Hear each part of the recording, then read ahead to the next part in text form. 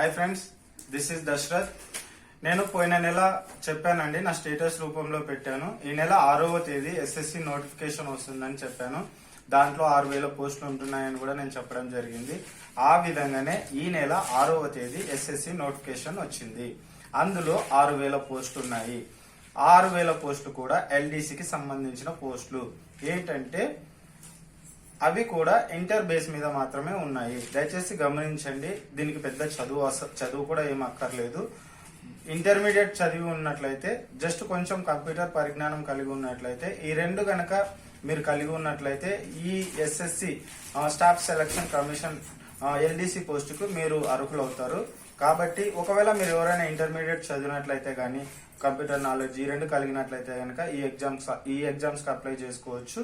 తర్వాత దీనికి సంబంధించిన జీతభత్యాలు ఎలా ఉండబోతున్నాయి అంటే, ఇప్పుడు సెంట్రల్ గవర్నమెంట్ జాబ్ ఏది తీసుకున్నా కూడా మినిమం 22,000 పేమెంట్ ఉంటుందండి. దీనికి సంబంధించి తర్వాత హెచ్ఆర్ఏ గానీ, తర్వాత ట్రాన్స్పోర్ట్ అలవెన్స్ గానీ దీనికి అదనంగా వస్తుంది. అంటే ఇంకొక 5-6,000 నీకు ఎక్కువగా వచ్చే అవకాశం ఉంది. 22,000 ప్లస్ ఒక 5,000, 27,000 రూపాయలు నీకు మంత్లీ శాలరీ వచ్చే అవకాశం ఉంది.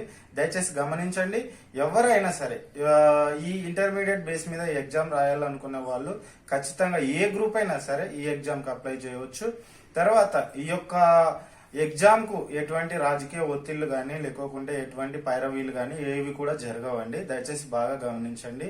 ఇదేదో పొలిటికల్ లీడర్స్ చెప్తే జరుగుతాయనో, లేకుంటే డబ్బులు ఇస్తే జరుగుతాయనో ఇదంతా కాదండి. ఒకవేళ సెంట్రల్ గవర్నమెంట్ జాబ్ గనక నీ లక్ష్యం అయితే సాధించటానికి కొంచెం కష్టపడండి.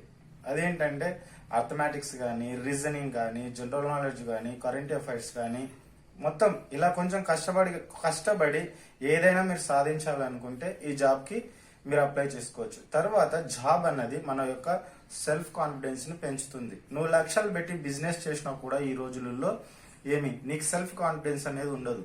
ఎందుకంటే నువ్వు ఒకసారి జాబ్ లో సెలెక్ట్ అయితే కొన్ని వేల మందితో నీకు సంబంధాలు ఏర్పడతాయి, పరిచయాలు ఏర్పడతాయి. ఈ సమాజంలో ఎలా జీవించాలి అనేది నీకు ఒక సేఫ్టీ, ఒక భద్రత అనేది కలిగి ఉంటావు. తర్వాత ఇంకొకటి ఏంటంటే, మెయిన్ టాపిక్ ఏంటంటే,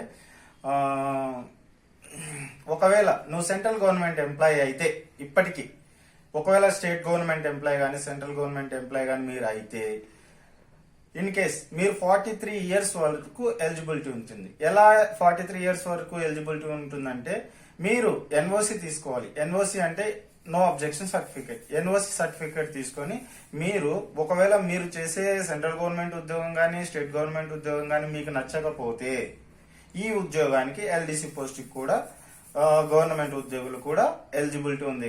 కాబట్టి మీరు ఎన్ఓసి తీసుకొని ఈ జాబ్ లో అప్లై చేసుకుని జాబ్ సంపాదించే అవకాశం ఉంది. నేను ఒకటే చెప్తున్నానండి నిరుద్యోగులకి, దయచేసి కొంచెం కష్టపడండి. ఈ జాబ్ కనుక మీరు సాధించినట్లయితే ఒక సెల్ఫ్ కాన్ఫిడెన్స్, తర్వాత మీ ఫ్యామిలీ నీ కాళ్ళ మీద నువ్వు నిలబడతావు. Thank you watching for video. Thank you.